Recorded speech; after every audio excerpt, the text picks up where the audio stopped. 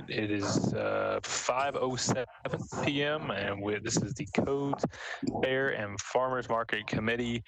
I'm going to go ahead and do the roll call first before we do our motion. Council Vice Chair Withers, are you here? Present. Got it. Great. Thank you. Councilmember Cash. I'm here. Thank you. Councilmember Gamble. Councilmember Hall. Councilmember Hancock. Present. Thank you. Councilmember Johnston. Here. Thank you. Councilmember Pulley. Councilmember Roberts. Pulley's here. I had my mic off. Sorry. No worries, Councilmember. Thank you. Councilmember Roberts. I didn't hear you, but we'll keep moving. Councilmember Swope. Yep, I'm here. Thank you. Councilmember Young. Present. Thank you. So we've got 8 members present. Chair Gamble is present. Sorry, I missed your call. No problem at all. We got 9 members here. Great. Thank you. All right.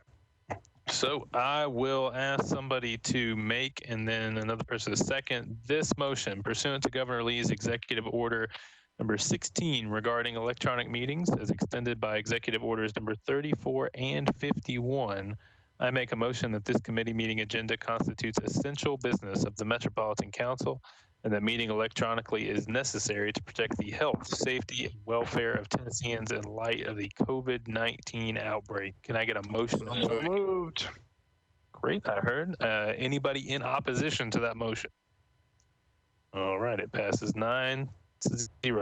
All right, so the first resolution we have, I am actually going to need to turn the first 2 items over to Vice Chair Withers because I am the one handling these bills. So Vice Chair Withers, do you have the agenda in front of you? Okay, great. I'll turn it over to you. Okay, thank you. The first one is Resolution RS 2020-442. This amends certain provisions of substitute Resolution RS 2017-910 relating to the construction, improvement, and maintenance of a Major League Soccer stadium, and further amending the ground lease between the Metro government by and through the Board of Fair Commissioners and Nashville Soccer Holdings Development, LLC, for the construction of a mixed-use development at the Fairgrounds, Nashville. Is there a motion? I'll make the motion. Okay, thank you. Second. Do we need to go ahead and apply the amendment? Councilmember Sledge? Yeah, if you don't mind, I'll move the amendment and explain it. Second. Okay. Thank you. Thanks, Vice Chair. The amendment is simply a drawing. It's the illustration of where the 3 parcels and the mixed use go. The change is, as I'm sure many of you are aware, parcel 8C, as people knew it, shifts slightly to the south to create a plaza. And that's it. Is there any discussion on the amendment? Everyone a second, in just case I don't, hearing none, are we ready to call the question on the amendment? All in favor, please say aye. Aye. Aye. Aye. Any opposed, please say no. Not hearing any no's, so the amendment is applied, and then are we ready to vote on the bill as amended, as the resolution as amended? I have a question. Am I recognized? I just want to make sure. Yes. Okay, sorry. So the first part of this section 1 is awesome. I think the taxpayers win 100% on that, and that's great. The second part of it, dealing with 8C, which, I mean, good grief. Well, actually, it's the ground lease. But yeah, so 8C, which has been obviously a lot of contention and litigation and all that. I was told today that there's not a finalized plan as far as design for that mixed use area. Could the sponsor speak to like where we are on that? I know there was some contention between the design as it was before, where it prevent something with the racetrack. I just want to, before we vote on something that has something to do with 8C, it would make me more comfortable if we had a design already in place that everyone is happy with, so that we can everybody can get along. Is that reasonable? Yeah. So could the sponsor speak to that? Vice Chair, I'd be happy to speak to that. And Councilmember Johnson, I would. I saw the administration has their hand up, so they may want to speak to it as well. I'll defer to that because I think they may have more information than I do, quite frankly. Okay. Chairman Withers, Councilman Sledge, thank you for that indulgence. Councilor Johnson, in looking at the area that is surrounding 8C and the plaza, if you will, that it was allowing, in hindsight, looking at an area that was essentially going to be a central point of eventually $1 billion development, the administration simply wanted to verify that this is a space that's going to serve the traffic flow, the grade change well for all participants, be it fairgrounds users, sports authority, racetrack enthusiasts. A landscape architect, a gentleman named Dan Biederman, has been retained. This is one, I don't know if you know your landscape architects, I certainly do not, but if you ask others, this is one of the premier architects in the country. He designed the park next to Packer Stadium, Lambeau Field, for example. Dan Biederman, Google him. I encourage you to look at his credentials online. And he has been offering, but has not yet finished a report, but he's been offering recommendations on everything from wayfinding to the loading areas to pedestrian access, just making sure that this focal point is worthy of its all potential users at the end of the day. He has been in consultation not just with the administration, but with the Fair Board and the Sports Authority, all of whom have an interest in this area serving all of the eventual interests. We haven't heard back from him yet with final determinations, but we need and request this change so that he's got the flexibility to render a design that will be eventually shown to you and the public. So I get that with the plaza part of 8C, but 8C is quite large and oddly drawn, if I remember correctly. So I still am wondering, is the overall site plan, has it been finalized? Like, do we know what that is going to look like 100%? And is everybody on board so that everybody can coexist in a nice world with racing and soccer and mixed use, and everybody's going to live happily ever after? We do have, from the previous legislation, the site plan proposal. What I might suggest, Chair, with your indulgence, we do have Mary Cavara, who is joining us, and I believe has access as a participant.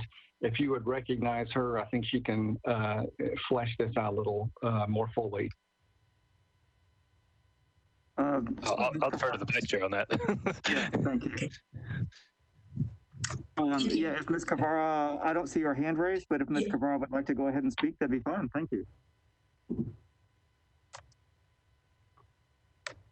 Thank you, Councilman Withers. I apologize for not quite getting the hand part. Also, Dirk Melton with Market Street Enterprises is also on the call today. In response to the question about the status here, that first, the MLS Stadium, the design was recently completed this spring, and as you may or may not know, the fairground buildings had to be removed before we could start any construction. That project had to start before anything could happen on the mixed use. The other item related to mixed use is the developer needs to be able to finance the project, and the mixed use project is also tied to the community benefits agreement that the club had entered into with Stand Up Nashville. And in terms of the particular items related to the status of the mixed use, until this amendment, until this revised, amendment fix goes through council, we really can't do anything. But I would, if you would indulge us, and Dirk Melton from Market Street could probably be a little bit more articulate than me on the specifics of the status of the mixed-use design. Yes, Mary, and thank you for the opportunity to try to answer that question. We've had a very good and collaborative process with Metro and the administration in the reconfiguration of Block C as a part of the overall campus master plan for the mixed-use portion of the project. It is a different shape than before. It accommodates a very generous public plaza facing the Benton Avenue extension at the major intersection of both the front door to the stadium and the front door to the Speedway in the future. So we're very encouraged by this design. The dimensions are different, but the size of the acreage of the parcel is exactly the same. And this allows us the flexibility to move forward with the mixed-use component of the project and have a size and density that allows us to promote and achieve the commitments that were made under the community benefits agreement. So we're very encouraged by this and look forward to moving it forward. Thank you, Mr. Milton. Councilmember Johnston, do you have any other questions or discussion? Yeah, so the answer is the finalized site plan is not finalized, correct? Would the administration like to answer that?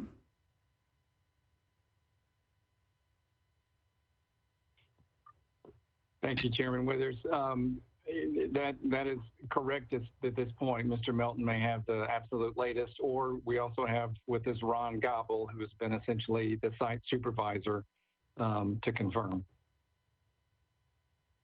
Yes, my understanding is that, and we're certainly a participant in this, that Mr. Biderman is going to be the person to devise with his firm the final plan. He's engaged all the stakeholders on the campus, including our team. Actually, we have a call with them later this week. So we expect that that will be conducted shortly and result in a favorable outcome for all parties involved. Okay, thank you, everyone. Councilmember Johnston, any other questions? Yeah, I mean, if this conversation is going to happen later this week, I would prefer to see a deferral of one meeting in order to get this completely sussed out and a finalized site plan that everybody is happy with. Because at this point, the amendment that has the 24 consecutive months, that language, I think that's our only leverage in bringing everyone to the table to get something that works for everybody involved. I don't want to get into a situation where something is approved, we've moved something forward, and we have a protected use that is not on board, so that part of the fairgrounds can't be utilized the way that it should or could. I think that there's an awesome opportunity for this to be an incredible asset to the city from all parties. But I would just rather, before we do this, I would rather have all of the points finalized and everyone in agreement before we do this. So I would move for a one meeting deferral. Second. Okay. For the administration, I guess before we take a vote on this, could we get an analysis of the effect of a deferral? Thank you, Chair. So one of the primary importances of this particular resolution 442 is to enable regular commercial lending to occur, and the so-called Freeman Amendment, because it has such an enormous effect on what would be pledged as the collateral, the underlying mixed-use property.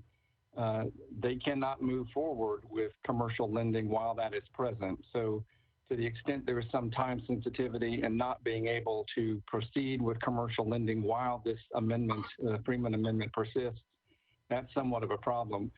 The site plan, I certainly understand council members wanting to know the complete details of the eventual design elements within the property. The site plan, the exterior boundaries are not going to be altered. There's not additional property being added or removed. We certainly will bring it to the council's attention and delivery to them as soon as it is available to us. You have our assurance. But I would defer to perhaps Mr. Milton to comment further on what a delay causes in terms of their commercial loan and lending opportunities. Yeah, if it pleases the committee, I may defer to Mary Guevara on this. I think she's more in tune to the impacts potentially on the soccer stadium itself, which is on the critical path of construction at this point. There's some design, infrastructure, and engineering elements of the parcel C and related parcels that are on the kind of critical path to getting the stadium constructed in a timely fashion. You know, everyone, if I may, I'd like to just recognize the sponsor just for a moment, just to see if the sponsor has any comments, and then we can maybe have a vote. I just want to keep moving because we do have a lot on our agenda, and I suspect that this was discussed at length in budget and finance, I have to imagine. But I'd like to recognize the sponsor, and then perhaps we can just go move forward with a vote on the deferral motion. Thanks, Vice Chair. And I'll try to cover what I think maybe Ms. Guevara was going to say as well, because we did discuss this in budget. In fact, we even took a similar vote on a deferral motion or in budget, which did not pass. The reason was that the stadium and the project are basically on a day-for-day delay. In other words, like if a day that delays is a actual day that delays the project getting done. It's not we'll speed up and make up the time at this point. If you've been over to the site, significant grading work going on now. We're talking 400,000 cubic yards of earth being removed. So I think everybody's trying to get all the project aligned in a way that is complementary and accomplishes all the goals that have been stated by the committee members. And I just ask that we vote no on the deferral motion. Thank you. Okay, thank you, Mr. Sponsor. So can I get maybe everyone to take their hands down? Mr. Vice Chair, I'd like to speak on the deferral, if I may. Go ahead, but I just want to keep it moving, so go ahead. I understand that, but this is a very central piece of property, and in fact, it's on the property in the name of this committee. So, you know, I understand that there might be some financial implications, but however, frankly, that is not the problem of us as a metropolitan government. And I think that if a organization with billionaire ownership is having trouble with financing, then boo-hoo. That amendment was put in there to protect the taxpayers in Nashville, to make sure that this was truly going to be a stadium deal, not a private development deal. And at this point, I think some of us are just struggling to ascertain whether or not this is truly about a soccer stadium. And so I do think that a deferral is needed to get some of this more information. And I don't have sympathy for the financing needs. And that's why I think the deferral is very much needed. And I thank you. Okay, just to be clear, is there any other, is your hand still up, or are you planning on speaking? Thank you. Is there any other committee discussion on the deferral motion, including by the sponsor? Just before. All righty, so, all right, I will, if you are on the committee and you are in favor of the deferral, please raise your hand.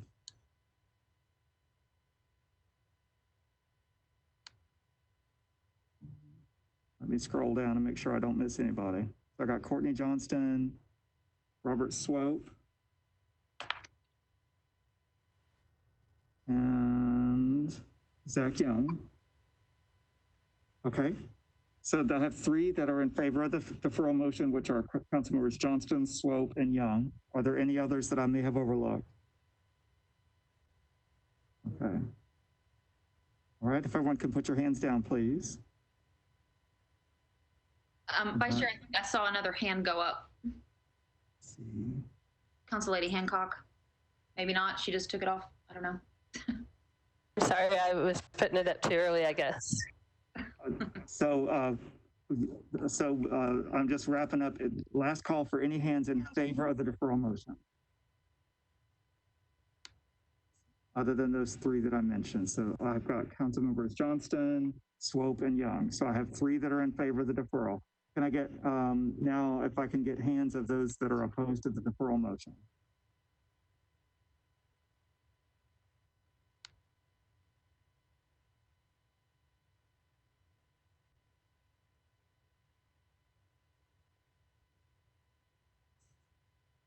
Councilmember Sledge, Councilmember Pulley, Councilmember Hancock. I will vote against it. Any other council members on the committee wishing to weigh in? Yes, I'm sorry. I got my hand up late. Gamble votes against the deferral. Gamble, okay, thank you. Anyone else I may have missed? So I've got Sledge, Councilmember Sledge, Gamble, Hancock, Pulley, and myself. Okay, so the motion of the deferral motion fails. So we're back on the bill as amended. Is there discussion on the bill or resolution as amended? Everyone, Councilmember Swope, are you seeking to be recognized? I am, sir. Go ahead, please. Thank you, Mr. Chair. Just one question, and I'm not sure who to address this to. Maybe Mr. Melton can answer this, but on Parcel 8C specifically, what type of buildings are being planned to be built there, and what is the minimum distance from the front entrance to the racetrack currently?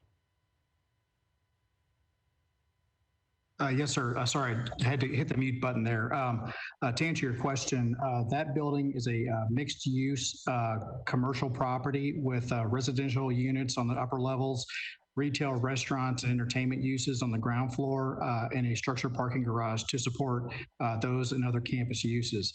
The distance from the building was revised and increased at the request of the administration to a distance of 75 feet from the building to the what would be the future front door of the racetrack. And I'm assuming that building in particular that's 75 feet from the entrance to the racetrack is the parking garage? No, sir. That would be fronting retail and restaurants by the front door with residential use above. Excellent. Thank you very much. Thank you. Thank you, Councilor. So, Councilmember Pulley, are you seeking to be recognized? No, sir. Just lazy taking my hand down. Do any other council members on the committee have any other discussion before we take a vote on the resolution as amended? Let's scroll. I don't believe that I see any others. Okay, so for council members on the committee, if I could get, please raise your hands if you are in favor of the resolution as amended.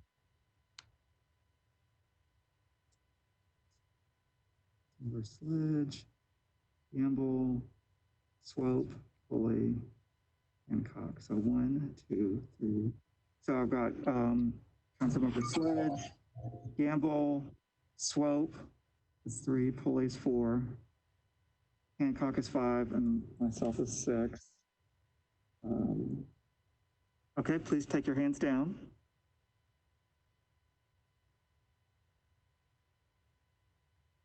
Councilmember Pulley, thank you. Now, are there committee members, if you would raise your hands if you are opposed to the resolution as amended? Councilmember Johnston. Councilmember Johnston and Councilmember Young, are there any others that are opposed to the resolution as amended? Scroll again. Okay, and then please put your hands down. Just for good measure, any abstentions, please raise your hand. I don't believe I see any. Okay. So the resolution is recommended for approval, 6 in favor, 2 against, and 0 abstentions. And so, Councilmember Sledge, did you need me to take Bill, the next bill as well? Yes, because Councilmember Mendez isn't here, so I'll serve as a sponsor on it. Okay, so we are now on bills on second reading. This is BL 2020-337. Sponsors are Mendez, Sledge, and Toombs. This approves Amendment 1 to the contract for program management services between Gobble Hayes Partners, Inc. and Metro Government, which extends the contract term for 28 months. We do have a letter from Councilmember Mendez to approve. Is there a motion? So moved. Okay. Second. Any discussion? Thank you, Councilmember Gamble. Any discussion on this one?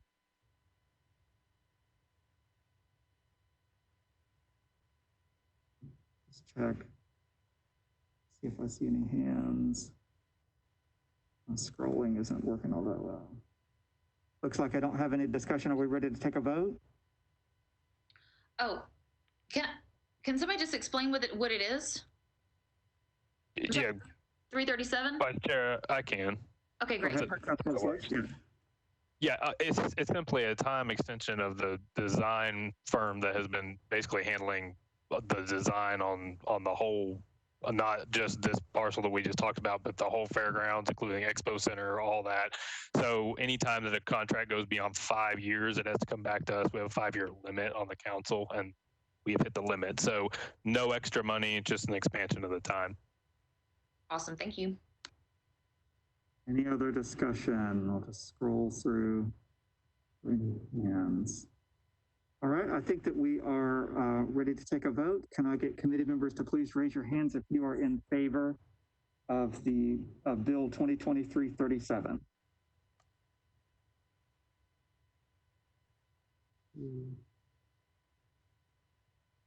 5, 6. So the ones that I have are Councilmembers Sledge, Johnston, Gamble, Swope, Pulley, Hash, Hancock, Young, and myself. So that's 1, 2, 3, 4, 5, 6, 7, 8, 9. And please take your hands down. Are there any who are opposed? Please raise your hands. I don't believe I see any. All right, and just for good measure, any abstentions? Seeing none, that one passes 9-0. So with that, I'll turn it back over to Chair Sledge. Thank you, Vice Chair Withers. Appreciate that. All right, we've got just a couple more on the agenda here. Next up is 2023-77 by Councilmember Taylor. This is an ordinance amending ordinance of BL 2022-34 as amended to extend the time period for the waiver of certain building permit fees for the repair or rebuilding of property damaged as a result of the March 3rd, 2020 tornado. Can I have a motion in a second? So moved. All right. Second. All right, and I think let's see if Councilmember Taylor's here. Yes, I see him. Councilmember Taylor, do you want to explain your bill? I do. This is just an ordinance to extend the permit waiver for properties that were damaged by the tornado. I do have an amendment on this as well. All right, can I get a motion and a second on the amendment, please, committee? So moved. I'll second. All right, Councilmember Taylor, on your amendment. Perfect. Briefly, 2 things on the amendment. The amendment is to add language to permit only individuals that own the property the day of the tornado on March 3rd, 2020, to be able to have permit fees waived. We have individuals that are asking for waivers that have bought property afterwards, and we do not want them to take advantage of the kindness of the hearts of you fine people in the Metro Council, as well as we want to make sure that if this is needing to be extended, the reason we are extending this is because of COVID. Things started to slow down. Families weren't able to move quickly through their insurances or through Metro codes. And so we found that we did need a few extensions. And so without having to extend by ordinance, we have added language to extend by resolution. Got it. Thank you, Councilmember, for the explanation. Any discussion on the amendment? Looking for hands. I see none. All right. If there's any opposition to this amendment, please raise your hand. Otherwise, you'll be counted as voting in favor. All right. I see none. So the amendment passes. We're back on the bill as amended. Any discussion on the bill as amended? Looking for hands again. Not seeing any. All right. I think we're ready to take the vote. Again, if you are in opposition to this bill as amended, this would be Bill 2023-77 as amended. Raise your hand if you are in opposition. Otherwise, you'll be counted in favor. All right. The bill is recommended as amended, 9 in favor, 0 against. Thank you, Councilmember. All right.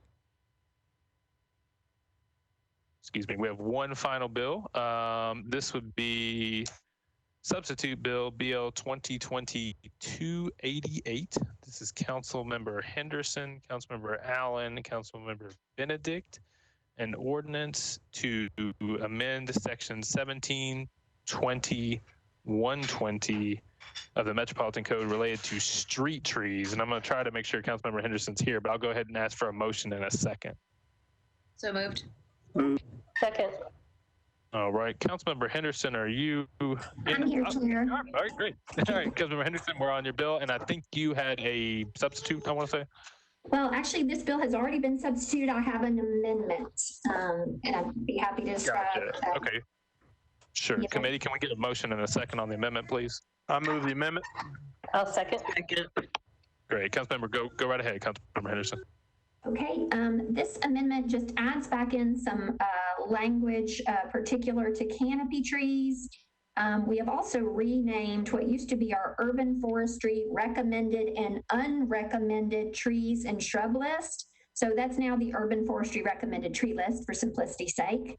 Additionally, as it relates to maintenance of the street trees, we are adding a sentence here: the owner of the property frontage shall execute and record a restrictive covenant agreeing to these maintenance responsibilities.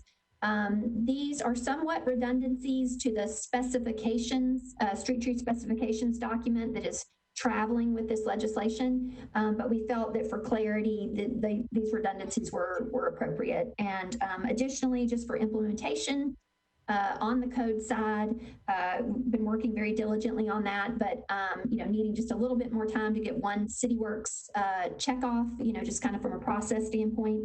Thus, this amendment adds a delayed effective of August 3rd. Got it. Thank you, Councilmember. Committee members, any discussion on the amendment? You'll raise your hand.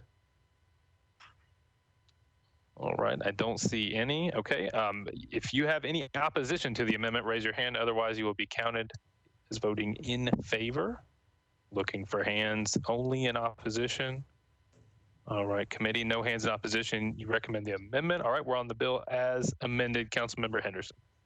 Okay, thank you. Colleagues, this builds on the framework that was established in our sidewalk legislation last term. That legislation used our major and collector street plan, our general plan specific to centers, whether in centers, proximity to centers, the kind of street that the construction might be on. And so what this bill does is it requires street trees when sidewalks are required in centers for multifamily and commercial development. So if you are doing multifamily and commercial new development or development of a certain magnitude, high threshold there, and you trigger sidewalks, then the little widget online will also tell you street trees also required.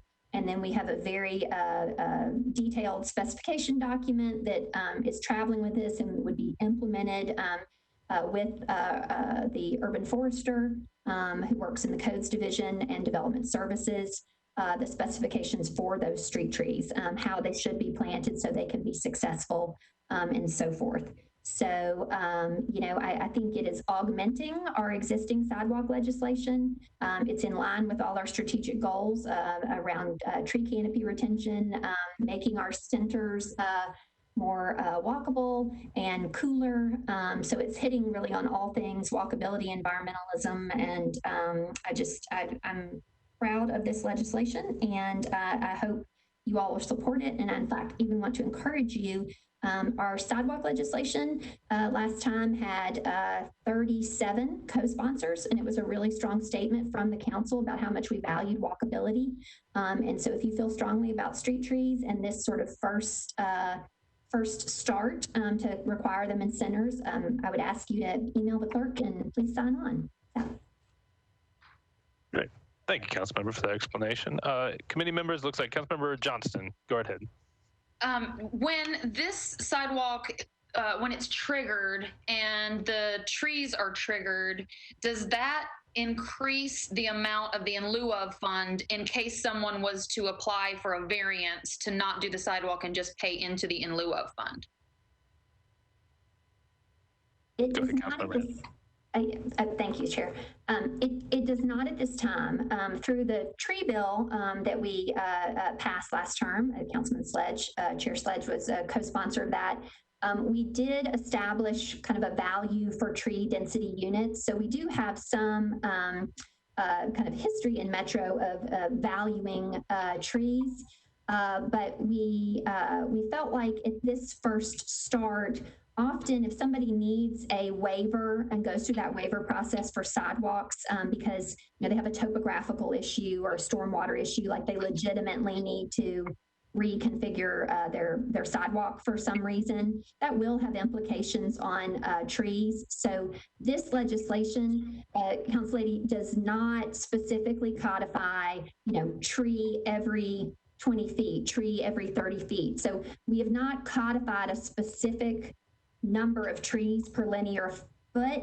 Thus, when you're getting a waiver, you're not really saying like, oh, well, for this, you should have planted 3 trees, but now you can only plant 2 trees. Thus, your in lieu contribution is X because of the tree. What we came to realize as we kind of, worked through all this, if this, then that, and kind of went down all the rabbit holes of process, was that trees, especially sidewalks as well, but for trees, context and that sensitivity is so important, whether there's phone poles or bus benches or water pipes, or, we really want these trees to be successful. So we want to get in as many trees as we can and work with folks, but we didn't want to just kind of hyper codify a specific number.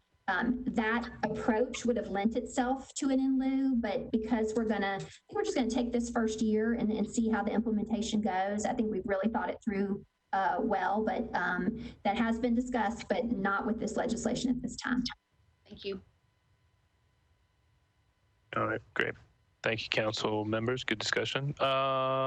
Anybody else? Councilmember Johnson, do you have any other questions? Just want to make sure your hand was still up.